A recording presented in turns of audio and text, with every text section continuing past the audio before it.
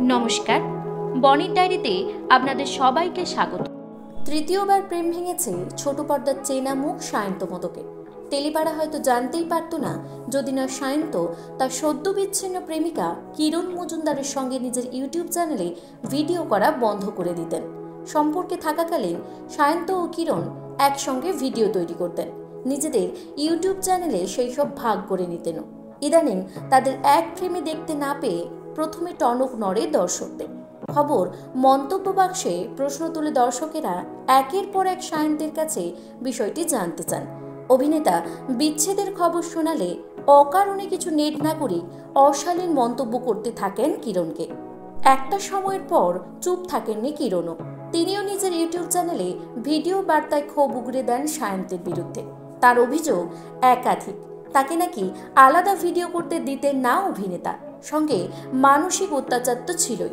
পাশাপাশি কিরণের টাকায় দামি জিনিস কিনতেন সায়ন্ত, তারপরই আচমকায় যোগাযোগ বন্ধ করে দেন তিনি।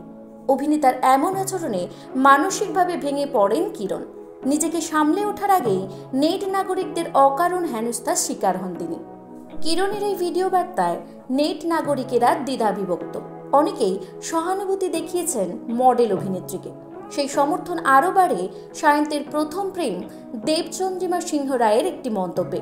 তিনি কিরণের ভিডিও বার্তার নিচে লেখেন, আমি তোমাকে ব্যক্তিগতভাবে চিনি না, তোমার পুরো ভিডিওটা দেখলাম। সেই ভিডিওয় আমি কিরণ মজুমদারকে নয়, 2021-এর দেবচন্দ্রিমাকে দেখতে পেলাম। আমি দুঃখিত, এই ভিডিওটা আমারই তখন করা উচিত ছিল। কথায় বলে পাপ বাপকেও ছাড়ে না, তবে এখানে শুধু বাপকে নয়, মাকেও যেন না ছাড়ে। এখানেই থামেননি দেবচন্দ্রিমা। তিনি কিরণকে সাহস জোগাতে সহযোগিতার হাত বাড়িয়ে দেন, আশ্বাস দেন যে কোনো পরিস্থিতিতে পাশে থাকবেন তার। লেখেন, ভয় পেও না, তোমার বড় দিদি তোমার পাশে, ফোন নাম্বার দাও, আমি এখন কলকাতাতেই। তোমার কি গায়ে হাত তোলা হয়েছে? তাহলে জানাও। প্রচ্ছন্ন হুমকি দেন সায়ন্তকেও। লেখেন, যদি কিরণের অভিযোগ সত্য হয় তাহলে তিনি অভিনেতাকে গুড়িয়ে দেবেন। দেবচন্দ্রিমা কিরণের মাঝে অভিনেত্রী প্রিয়াঙ্কা মিত্রের সঙ্গেও প্রেমের সম্পর্কে জড়িয়েছিলেন সায়ন্ত। বিচ্ছেদের পর প্রিয়াঙ্কা ফেলে আসা সম্পর্ককে অসুস্থ তকমা দিয়েছিলেন। তাহলে কি তিনজন একইভাবে সায়ন্তের নিগ্রহের শিকার? সবিস্তারে জানতে একটি জনপ্রিয় সংবাদপত্র কথা বলার চেষ্টা করেছিল দেবচন্দ্রিমা, প্রিয়াঙ্কা ও কিরণের সঙ্গে। একাধিকবার ফোন করলেও তারা সাড়া দেননি। তবে কথা বলেছেন সায়ন্ত। শুটিংয়ের ফাঁকে ফোনে তিনি স্বীকার করে নিয়েছেন কিরণের সঙ্গে তার প্রেম ভাঙার কথা, অতি সম্প্রতি ঘটে যাওয়া বাগবিতণ্ডার কথাও বলেছেন।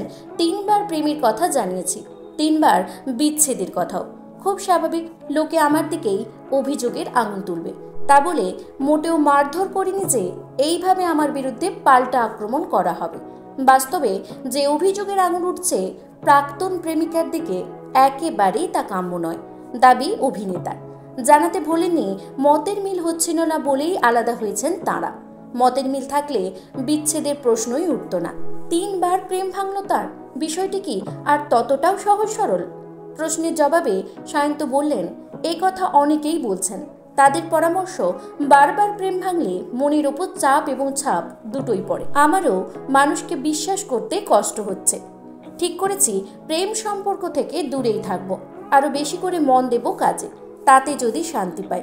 পাশাপাশি কথা বলবেন কিরণের সঙ্গেও, যাতে বিচ্ছেদও মধুর হয়। এই বিষয়ে আপনাদের কি মতামত তা অবশ্যই কমেন্ট করে জানাবেন। বিনোদন জগতের আরও নিত্য নতুন খবর পাবার জন্য আমাদের চ্যানেলের সঙ্গে জুড়ে থাকুন। ধন্যবাদ।